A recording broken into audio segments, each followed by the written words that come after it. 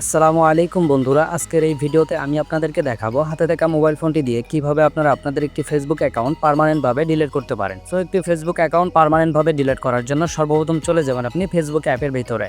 So আমি আমার Facebook অ্যাপটি ওপেন করে নিলাম। ওপেন করে নেওয়ার পরে এখানে দেখতে পারবেন যে 3 ডট অথবা প্রোফাইল আইকন দেখতে পারবেন, এখানে একটা ক্লিক করে দিবেন। দেন এখান থেকে আপনি একটু নিচে স্ক্রল করবেন অথবা উপরে এখানে দেখতে পারবেন একটি সেটিংস আইকন রয়েছে, এখানে একটি ক্লিক করে দিবেন। দেন এখান থেকে দেখতে পারবেন পার্সোনাল ডিটেলস, এখানে একটা ক্লিক করে দিবেন। তারপরে একটু স্ক্রল করে নিচে আসবেন, আসার পরে দেখতে পারবেন পার্সোনাল ডিটেলস নামে আরও একটি অপশন রয়েছে, এখানে একটা ক্লিক করে দিবেন।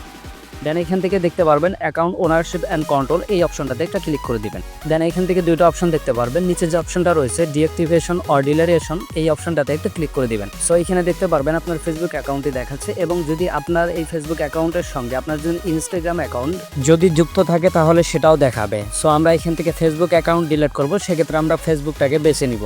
সো এখান থেকে আপনি আপনার ফেসবুক অ্যাকাউন্টটা সিলেক্ট করে এখানে একটা ক্লিক করে দিবেন। সো তারপরে দেখতে পারবেন আপনার সামনে এখানে দুইটা অপশন আসবে, এখান থেকে নিচে যে অপশনটা রয়েছে ডিলিট অ্যাকাউন্ট, এই অপশনটাতে একটা ক্লিক করে দিবেন।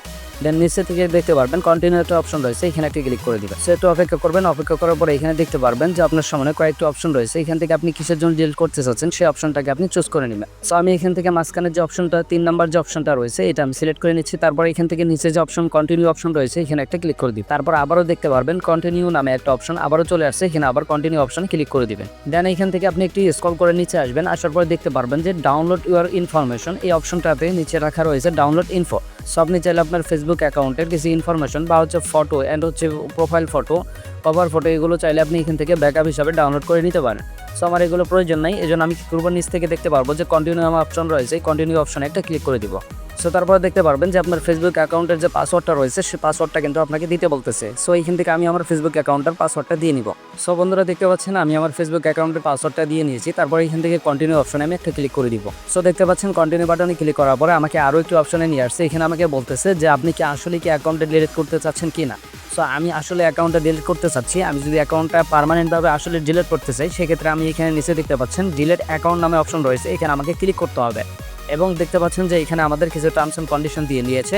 সো এখানে আমাদেরকে বলে দিয়েছে যে আমরা যদি 30 দিনের মধ্যে, আজকে যদি আমরা এটা ডিলিট করি, আগামী 30 দিনের মধ্যে যদি আমাদের অ্যাকাউন্টটা যদি আমরা ওপেন না করি, তাহলে 31 দিনের দিন গিয়ে আমাদের অ্যাকাউন্টটি একদম পার্মানেন্টভাবে ডিলিট হয়ে যাবে।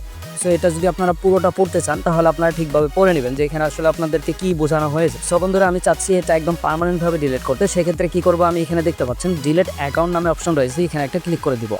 দেন একটু অপেক্ষা করব।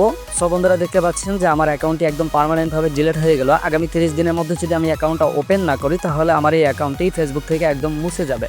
সো বন্ধুরা আজকের এই ভিডিওটা এই পর্যন্ত ছিল। ভিডিওটা যদি ভালো লাগে অবশ্যই ভিডিওতে একটি লাইক করবেন, দেন একটি ভালো একটু কমেন্ট করে যাবেন, আর চ্যানেলটি সাবস্ক্রাইব করতে ভুলবেন না।